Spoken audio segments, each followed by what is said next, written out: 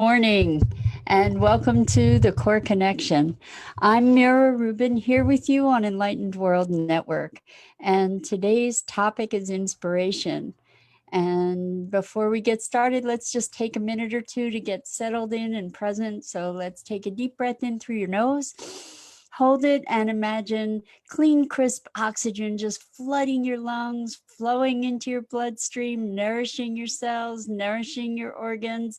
And as you exhale any tension, any stress. And now let's take another deep breath in through your nose.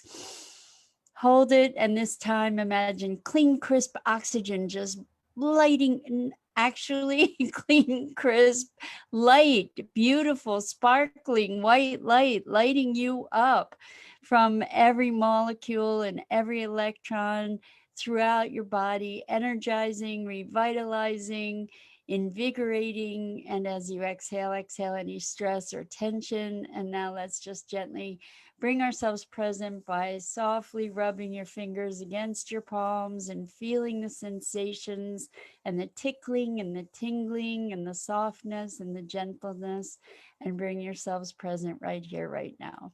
Welcome, welcome, welcome. So today's topic is inspiration and how do we find it? And this is a topic that is coming from a conversation that I had in a mastermind group that I'm part of, and I've been thinking a lot about how to create a mastermind for the eco park that I have envisioned for several years now, and it's time to start moving in, to getting in action around it. And I have just sort of been whirling in my head about how to create this collection of people to generate ideas about how this could come into fruition and what it would look like. And um, so in this mastermind yesterday, I was talking about it, and as I was talking about it, I noticed how I was just kind of whirling around in my head with all these ideas, and not really being able to encapsulate it. And then thinking about that I wanted to be able to bring together these people who are all expert in certain areas of sustainability, to be able to generate this phantasmagorical, marvelous, spectacular, inspirational, educational place where people can come and learn about ways that we can create a future that are in harmony with the planet and support life and really the future that we are dreaming of, rather than the ones that we are having nightmares about. And what we came up with, it was really interesting. We were just sort of bantering back and forth, and one of the reference points that we have is this, or that two of us have in from that group, is this course that I've talked to you about a bunch called Leading from the Emerging Future. And one of the foundations of that course and the methodology is sensing into the field, so to speak. In other words, finding a place of quiet within and allowing for reflection on on input, etc. So one of the things that we had discussed was maybe using that kind of format. And I had some concerns about it because the folks that I'm looking to invite to this mastermind are not necessarily meditators, not necessarily visualization people. However, uh, as we clarified some of the objectives of this event, one of the objectives was to enable people to connect with one another, to know each other in order to be able to network and develop broader connections and forward what they're all up to, because they're all up to amazing things in the world. So the other thing was, hi Dido, thank you for the course link. This is a really, really powerful course. It is a new paradigm of creating policy, or for creating policy, and for creating institutions, and for creating the future.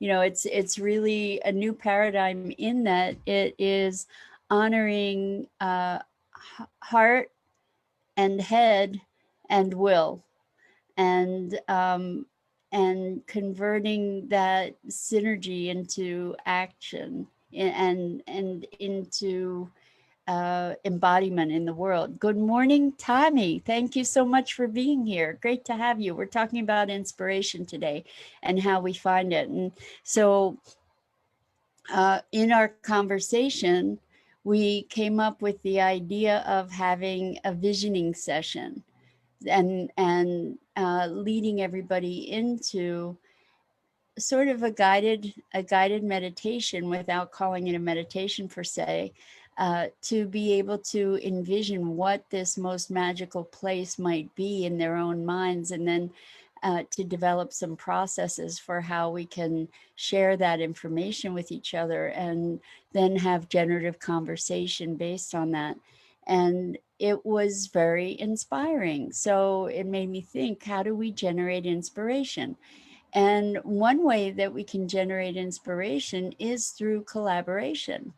You know, so inspiration, it doesn't, we, when we create a space, and this is also something that's discussed in Leading from the Emerging Future, when we create a space of connection and interconnection, the potential for what we can generate is exponentially expanded.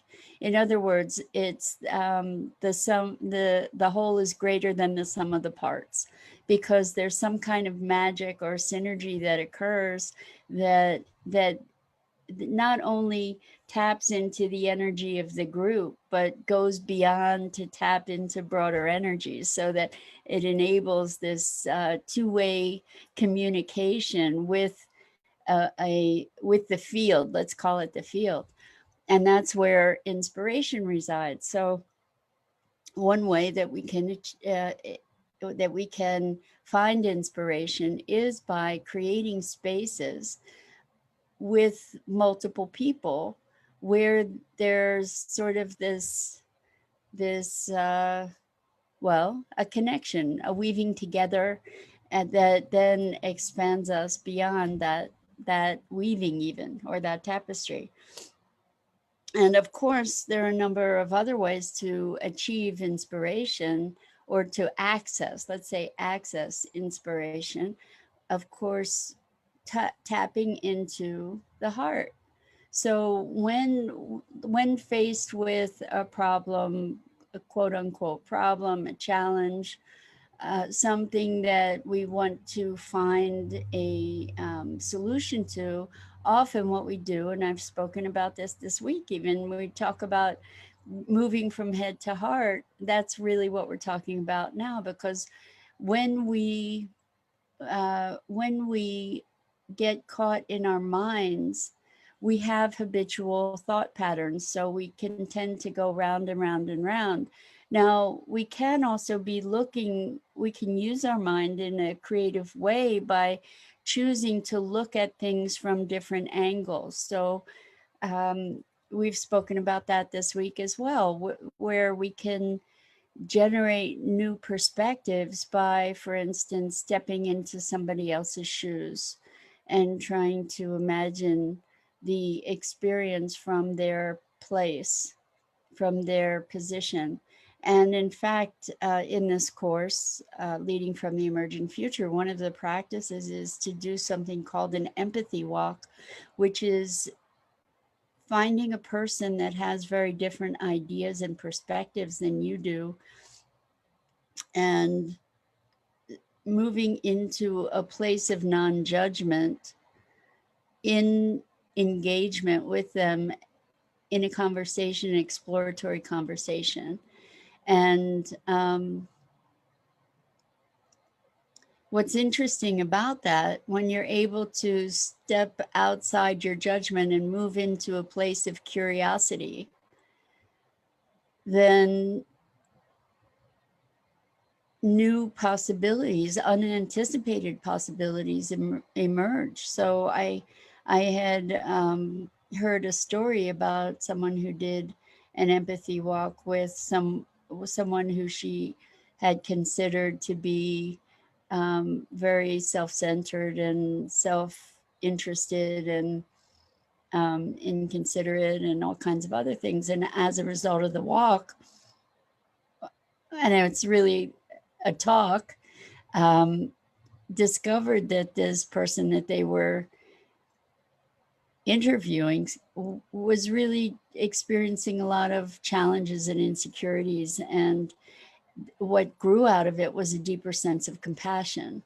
So this is, by taking a different vantage point, we get to open our minds and our hearts to different possibilities. And that's really where inspiration is. Inspiration comes from kind of opening the doors of the box that we live in, or opening the lid of the box that we live in, even though we're not necessarily aware of the box. But to do exercises that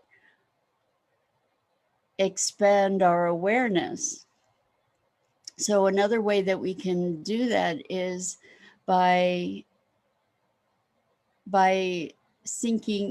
asking powerful questions. So questions that will generate new ideas. So for instance, a beginning question is, what's another way I could look at this? What's another perspective I could take on this? What if all my assumptions about this were totally wrong and there's something here I'm missing? What am I missing here? What am I pretending not to see? Or what am I not seeing here? And your mind wants to answer all those questions for you. So that becomes a new perspective.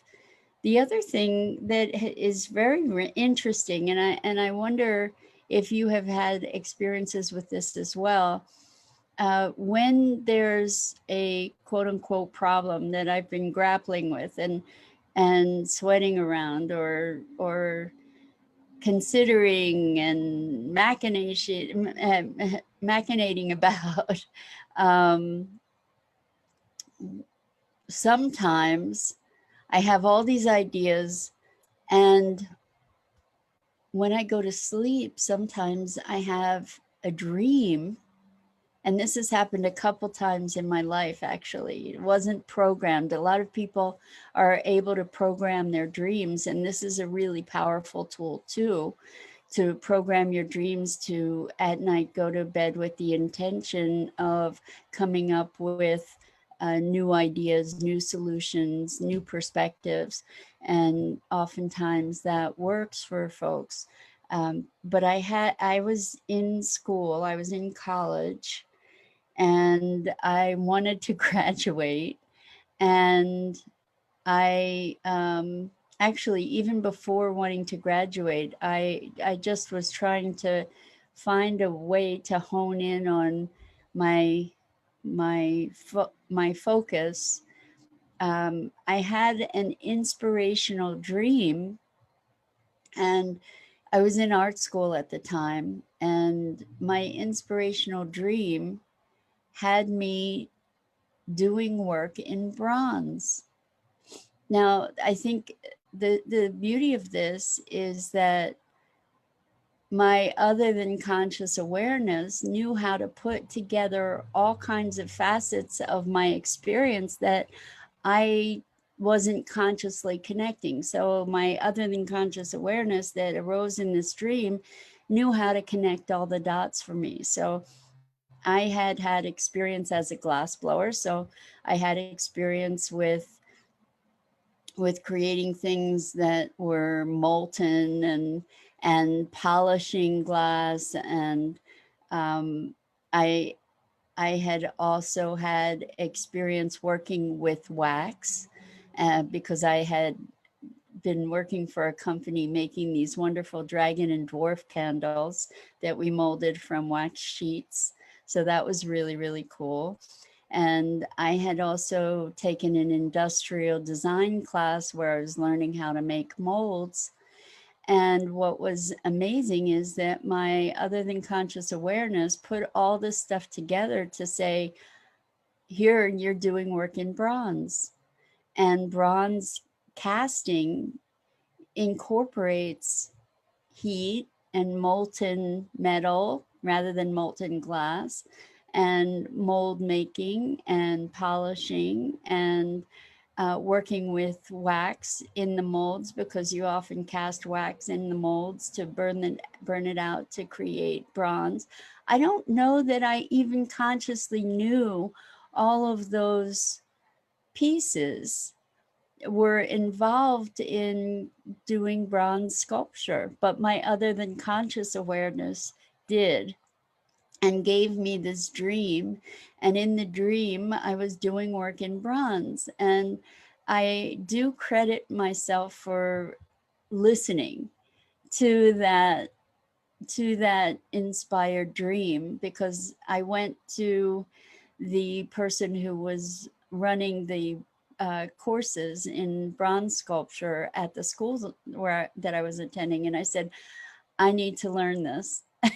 and and he accommodated me, and then I did bronze sculpture, and that's what I ended up graduating um, with a show in bronze sculpture. So it was something that gave me direction and clarity from a place of pure inspiration, where I was, my other than conscious awareness was able to tap into the broader knowing that I had of myself, and of I guess a future potential. And I allowed myself to honor that and move into it. So hello, Isabel. Welcome. Great to have you here. We're talking about inspiration and how we can generate it, how we can tap into it, and really also the importance of honoring it when it presents itself, because the more that you honor inspiration, the more that you honor that internal voice, that expansive wisdom that's available, the more it will make itself present, the more it will gift you with direction and guidance. So, in our conversation yesterday, we were talking about one way to generate inspiration uh, is to bring people together, create a space of creativity or openness where there's connection. Magic happens in the context of that connection, that then sort of creates this communication with the broader field that then feeds in ideas that might not otherwise have been there. And so a solution arose for me around creating a visioning session of people that I'm wanting to create a bond with and start generating a seed group to ideate this vision of the eco park that I have. And and it's interesting because this has been something that I've been wrestling with for a while, and trying to create a formulation for it and structures for it. And what what I realized is that I was very much in my head. And when I was able to move down into what's the feeling I want to create, what's the connection that I need to that I desire to generate within these people, how do I bring these divergent people together into a focused group that will be able to generate something, and how do I generate um, engagement and a sense of stakeholderness. I know that's not a word, but a sense of ownership of this, or connection to this project in people, how to do that, and to give something to them, to have them have a enriching experience. This visioning session seems like a really wonderful way to do it, rather than trying to jump into a structure and solving problems that they probably feel no relationship to. So it was an inspired solution. So other ways that we can create inspiration is creating creative space for ourselves. So what does that look like? It can look like internal meditation. That's one thing. And another way to create inspiration, and this is probably something that a number of you have done, and it's actually calling to me, and I've been thinking about it lately, creating a vision board. So creating a vision board is moving yourself into a creative space by, if you haven't already done it, taking a bunch of magazines, for example, and cutting them up and finding words and finding images that resonate for you, and then putting them into a format, like a pasting them onto a board, or creating a collage with them. So a vision board can work for any number of things. You could create a vision board for a relationship. You could create a vision board for your life. You could create a vision board for the coming year. You could create a vision board for your business. Any number of things you can create a vision board for. Maybe it's even for a trip you want to take, but the idea is that by cutting up or looking through magazines or books, or even found objects, uh, collecting those things and seeing them together, it's almost the same kind of principle as getting people together and sharing ideas, because you're getting all these different inputs from different areas, and then what happens is it becomes generative. It's starting to create a synthesis of things, and open up new possibilities and opportunities. And it's remarkable when people are doing these vision boards, that it's remarkable the words they find, or the sources they find, the resources they find, that really truly resonate, and plug them into this bigger field of creativity and possibility. And so it's really easy to get caught up in the day-to-day, right? Really easy. And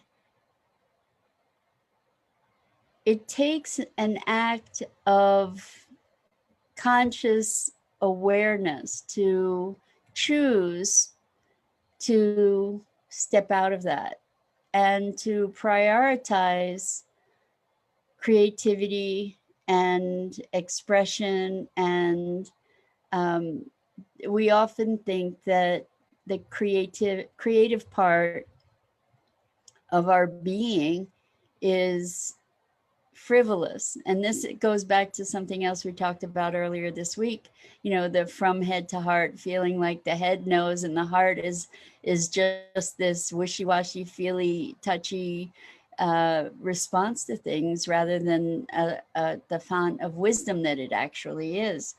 And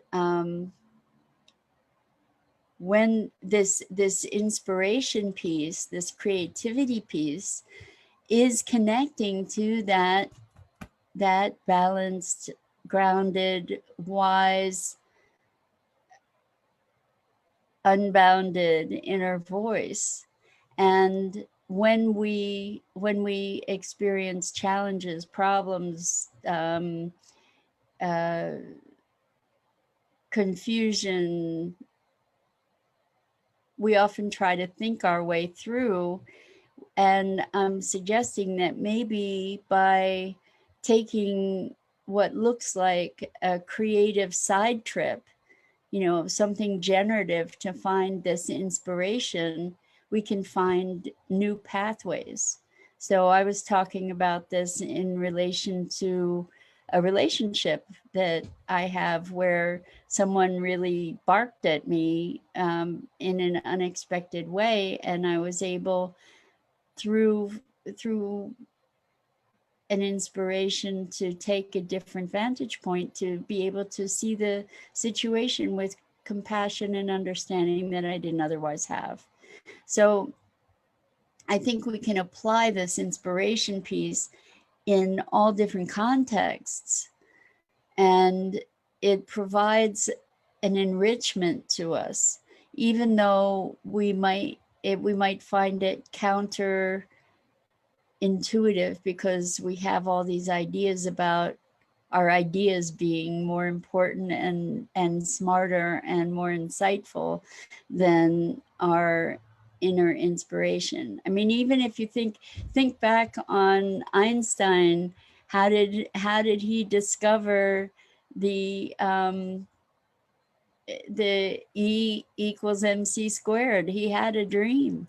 He had a dream, I think, where he was riding on a rocket, something like that. And then he went into his imagination and had this visualization about two trains passing one another. And so that's using imagination to generate new possibilities. And so many of us have conditioned ourselves out of our imagination. Being a kid is stop dreaming, stop daydreaming, get here to reality. So I think what this is an encouragement to re reawaken and cultivate that daydreaming capacity, because that's where our possibilities arise, and that's how the future speaks to us oftentimes, is through those daydreams and through our imaginations. So not only should we grant ourselves permission to indulge in our imaginings, but we get to nurture and cultivate that that inspiration muscle that is really wanting to make itself present in all the moments of our lives, or certainly more of them.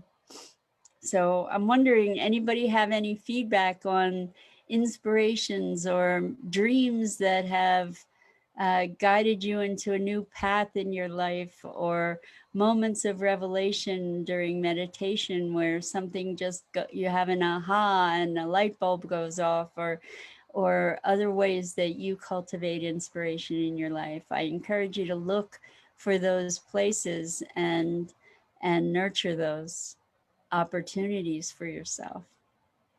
So that's today's message. And I'm Mira Rubin. This is the Core Connection.